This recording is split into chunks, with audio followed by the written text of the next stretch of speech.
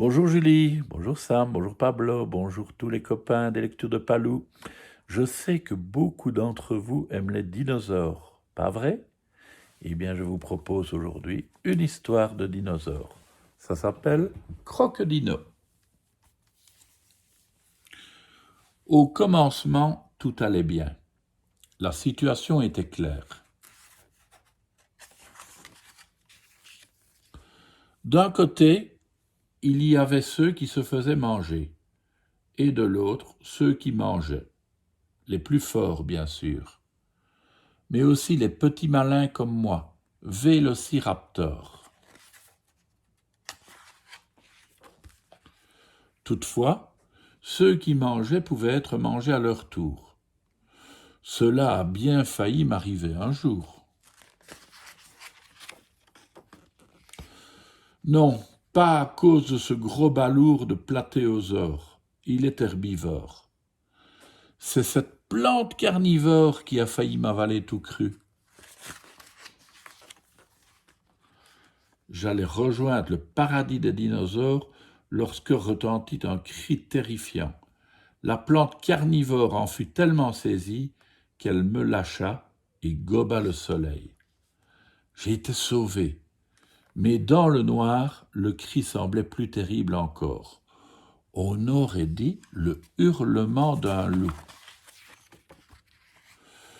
Tu es fou, Vélociraptor, les loups n'existaient pas encore. Qui était-ce alors? Qui pouvait bien hurler de la sorte?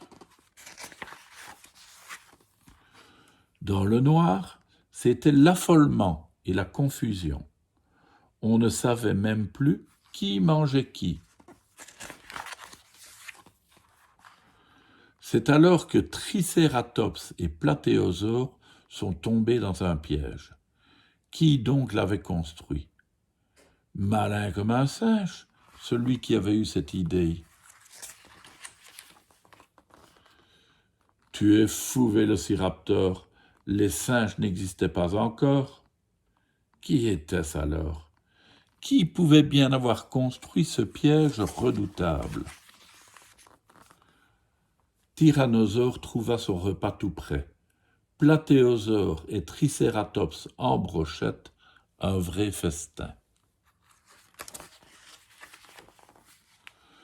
Quand je suis sorti de ma cachette, il ne restait plus que des miettes.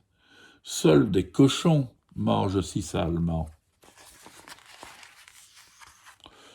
Tu es fou, Vélociraptor, les cochons n'existaient pas encore. Qui était-ce alors? Qui a fait ce carnage? Mais le tyrannosaure, tu l'as vu toi-même.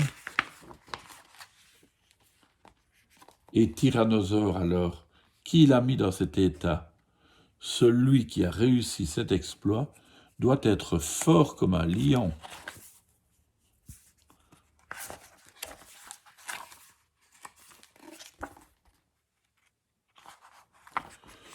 Tu es fou, Vélociraptor, les lions n'existaient pas encore.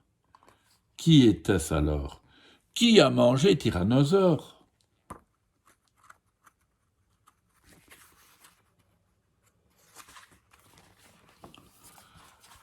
Attention, sauf qui peut.